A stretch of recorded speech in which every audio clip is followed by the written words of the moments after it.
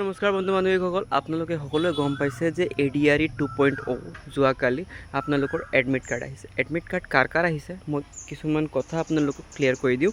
Admit card আহিছে আপোনালোকৰ হেৰিত গ্ৰেড ক্লাছ 3 মানে গ্ৰেড 3 HSLC হেৰি, তাৰপিছত HSLC নহয়, ক্লাছ 3 লিখা আছে HSLC HSSLC মানে আপোনালোকৰ গ্ৰেড হাই ছেকেণ্ডেৰী মানে HSৰ। আপোনালোকৰ 25 জুন এডমিট কাৰ্ড ডেট দিলে। নেক্সট আছে আপোনালোকৰ গ্ৰেড 3 গ্ৰেজুৱেশ্যন লেভেলৰ, ইয়াতে আপোনালোকৰ 25 June same as it is দিলে এডমিট কাৰ্ড ডেট। নেক্সট আহিছে আপোনালোকৰ কিছুমান কথা আপোনালোকক কৈ দিওঁ। Computer skill test notification for class 3 পোষ্টৰ কাৰণে টেষ্ট ডেট দিছে 2nd, 3rd, 4th আৰু 5th জুলাই 2025।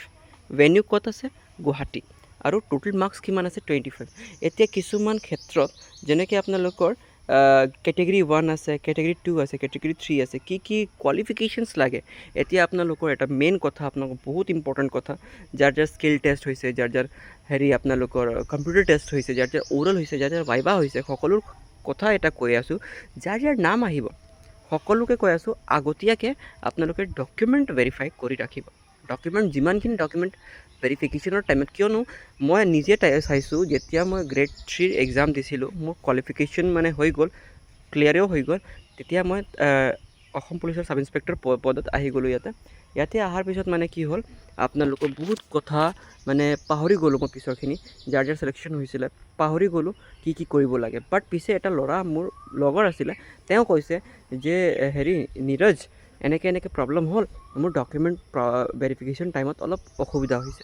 চ' সেইটো কথা আপোনালোকক ক্লিয়াৰিফাই কৰিব বিচাৰিছোঁ। ডকুমেণ্ট ভেৰিফিকেশ্যনটো মষ্ট ইম্পৰ্টেণ্ট। ডকুমেণ্ট কেনেকৈ ভেৰিফাই কৰিব লাগে, ডকুমেণ্টটো কি লাগিব আমাৰ গ্ৰেড 3ৰ কাৰণে, গ্ৰেড 4ৰ কাৰণে।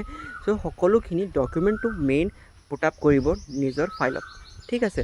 এতিয়া কি আছে আপোনাৰ DME, যেনেকৈ ছেইম আপোনালোকৰ DMEৰ যাৰ শ্বৰ্টলিষ্টেড হৈছিলে তাহাঁতৰ স্কিল টেষ্ট হ'ব আৰু হেৰি ডকুমেণ্ট ভেৰিফিকেশ্যন হ'ব।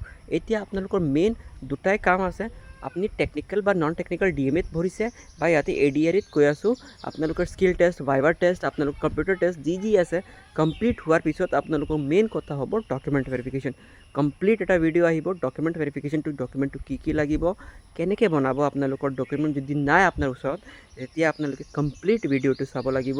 যদি আপোনালোকে ADREৰ কাৰণে প্ৰিপেৰেশ্যন কৰিছে, বা হেৰি আপোনালোকৰ DMEৰ কাৰণে প্ৰিপেৰেশ্যন কৰিছে, বা DMEৰ ৰিজাল্ট আহিবলগীয়া আছে, যেনেকৈ ধৰণৰ আপোনালোকৰ স্কিল টেষ্ট আছে, বা আপোনালোকৰ হেৰি ফাইনেল মেৰিট লিষ্ট আহিবলগীয়া আছে, তেতিয়া আপোনালোকৰ ফাইনেল মেৰিট লিষ্ট অহাৰ পিছত যেতিয়া আপোনালোকৰ ডকুমেণ্ট ভেৰিফিকেশ্যন হ'ব, তেতিয়া এইবিলাক ডকুমেণ্ট ভেৰিফিকেশ্যনটো কি লাগিব, কি গুৰুত্ব দিব লাগিব, কি কথা চাব লাগিব, ইমানখিনি কথা যদি আপুনি ভালকৈ চাই লয়, কি কথা মই ক'ম, মই নিজে কি ফেচ কৰি আহিছোঁ, ইমানখিনি যদি আপোনালোকে কথাটো শুনি লয়, তেতিয়া আপোনালোকৰ চিলেকশ্যন 110% গেৰেণ্টিড আছে।